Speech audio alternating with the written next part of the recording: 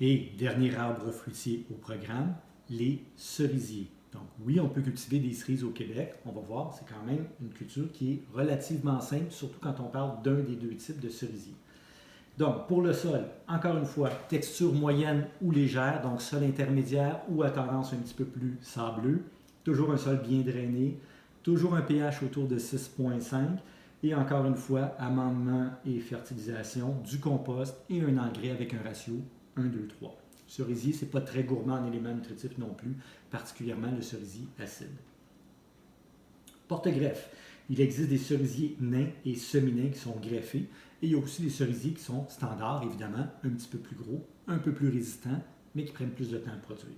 Les nains produisent environ 1 an plus tôt que les standards, comme je viens de le dire. Pour ce qui est de la taille, taille légère, un peu comme le prunier, on ne taille pas beaucoup le cerisier. On peut le tailler 1 année sur 3, 1 année sur 4 à la limite. On élimine les branches mortes, fragiles ou cassées et au besoin, les branches qui poussent vers l'intérieur ou qui se croisent. Donc, il n'y a pas beaucoup de taille à faire. À la limite, on peut enlever aussi à l'occasion quelques vieilles branches. Donc, il y a 2 types de cerisiers. C'est vraiment là que le cerisier se distingue. Donc, j'ai parlé tantôt des pruniers, qu'il y avait 3 catégories pour les pruniers. Pour les cerisiers, il y a vraiment 2 types complètement différents. Il y a ce qu'on appelle le cerisier doux et le cerisier acide. Les cerisiers doux, c'est les espèces de grosses cerises sucrées qu'on trouve au supermarché. Très bonnes, très goûteuses. Malheureusement, l'arbre est un petit peu plus capricieux. Les cerisiers acides, c'est des petites cerises un petit peu plus surettes, souvent un peu plus pâles, et surettes qu'on va souvent utiliser pour faire de la confiture ou des tartes. Se mangent à la limite fraîches, mais sont beaucoup moins sucrés que les cerisiers doux. Donc, les cerisiers doux sont plus productifs et produisent évidemment des fruits qui sont plus sucrés et plus gros. Donc ça, c'est pour les avantages. Pour le reste, c'est pas mal tout des inconvénients. Donc, le cerisier doux prend plus de temps à produire, est plus sensible aux nodules noirs et généralement est moins tolérant aux insectes et maladies. Et en plus de ça, les cerisiers doux sont beaucoup moins rustiques. Les cerisiers acides, en contrepartie, c'est exactement l'inverse. Donc, ils produisent des plus petits fruits, moins sucrés, ils sont moins productifs en quantité. Par contre, ils ont l'avantage d'être auto-fertiles. Ce que ça veut dire, c'est qu'avec un seul cerisier, vous avez une abondance de fruits. Donc, ce n'est pas le cas pour le cerisier doux. Il est auto-stérile, il faut avoir 2 variétés. Donc, cerisier acide, je répète, donne des fruits plus petits, est un peu moins productif. Par contre, il est auto-fertile. Une seule variété va bien produire. Il est plus rustique. Il est beaucoup plus résistant aux insectes et maladies. Et il va donner un arbre aussi qui est beaucoup plus petit. Donc, plusieurs avantages pour le cerisier acide.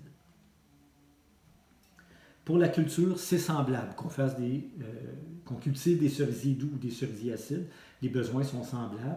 Arrosage la première année si les pluies sont insuffisantes, surtout encore une fois si on a un arbre nain qui a un système racinaire moins développé. On peut utiliser un filet, que ce soit un cerisier doux ou un cerisier acide. Les oiseaux adorent les cerises, ils ne font pas de distinction. Donc, idéalement, on va mettre un filet quand l'arbre va être en fruit pour éviter que les oiseaux nous bouffent toute la récolte. Et c'est des plantes qui sont relativement peu exigeantes en éléments nutritifs. Les cerisiers, c'est effectivement pas très gourmand. Pour la récolte, quand les fruits ont atteint leur pleine maturité, éviter d'arroser juste avant la récolte ou s'il annonce des grosses pluies quand les fruits sont vraiment tout juste à la maturité, on est mieux de cueillir tout de suite parce que quand il y a beaucoup de pluie ou beaucoup d'arrosage, quand les fruits sont matures, ils ont tendance à craquer, à éclater, un peu comme les tomates cerises. Donc, évitez d'arroser juste avant la récolte. La récolte dure environ 1 semaine et le fruit ne mûrit plus une fois qu'il est cueilli. Donc, on doit cueillir à pleine maturité. De toute façon, si vous ne savez pas quand est-ce cueillir des cerises sur un cerisier, les oiseaux vont vous le dire. Ils vont venir se servir quand le fruit va être à pleine maturité. Inquiétez-vous pas. Pour ce qui est des insectes, la mouche des cerises. Donc, on avait de la mouche de la pomme. On avait dans les légumes la mouche de l'oignon, la mouche de la carotte. Donc, pour les cerises, on a la mouche de la cerise. C'est une larve qui va percer le fruit, qui va se nourrir de la pulpe. Donc, on va se retrouver avec une petite larve à l'intérieur. Généralement, pour les mouches, comme j'ai déjà dit pour les légumes, on ne voit pas la mouche. Ce qu'on voit, c'est les dégâts de la mouche. Donc, pour la prévention, piège à phéromones, un petit peu comme pour le Carpocaps. Donc, on va installer un piège qui va attirer les insectes. On va ramasser les fruits tombés au sol à mesure. On va poser un filet aussi. Ça va aider. Et le kaolin, encore une fois, l'espèce de petite poudre d'argile qui va rendre les fruits un peu sales et qui va éloigner les mouches. Et pour le moyen de lutte, des pièges collants jaunes. C'est drôle que la mouche des cerises, qui est attirée par la cerise rouge, va aller se coller sur un piège jaune. Mais il semblerait que ça fonctionne. Pour les autres insectes, le puceron, on avait déjà vu ça pour les pommiers. Et c'est pas un insecte, mais les oiseaux sont le pire ravageur pour les cerisiers. Si ça ne vous dérange pas de partager vos cerises avec les oiseaux, ben, laissez-les comme ça, sans protection, puis vous allez voir qu'il ne vous restera pas grand-chose. Sinon, ben, c'est la pose de filet qui est vraiment le meilleur moyen pour empêcher les oiseaux de bouffer toute la récolte. Donc, ils peuvent consommer une bonne partie de la récolte en quelques jours seulement. Donc, prévention de la pose des filets, comme je disais tantôt. On peut aussi essayer avec des papiers d'aluminium ou des CD accrochés dans l'arbre. Ça va généralement les éloigner quelques jours, mais il y a un moment donné qu'ils vont se rendre compte que c'est pas très dangereux, puis ils vont recommencer à les piger dans vos cerises. Donc, fonctionne à court terme, mais je vous conseille plus la pose de filet. Et moyen de lutte, il n'y en a pas vraiment. Pour ce qui est des maladies du cerisier, encore une fois, c'est une plante qui fait partie de la famille des rosacées, donc qui est sensible aux maladies.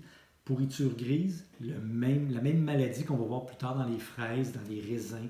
Quand vous oubliez des raisins dans votre tiroir de frigo, là, puis qu'il y a de la petite mousse grise dessus, c'est de la pourriture grise qu'on appelle aussi la moisissure grise. Donc, duvet grisâtre sur les fruits, on voit ça beaucoup pour les cerises. Moyen de prévention, la taille, décoction de prêle, éviter les excès d'azote. Et moyen de lutte, supprimer les parties atteintes à mesure. Sinon, on peut travailler avec le soufre, le bicarbonate de soude ou la bouillie bordelaise. Je répète, les recettes comme le bicarbonate de soude sont données dans le cahier. Quelle quantité de bicarbonate de soude dans telle quantité d'eau pour appliquer évidemment sur le feuillage.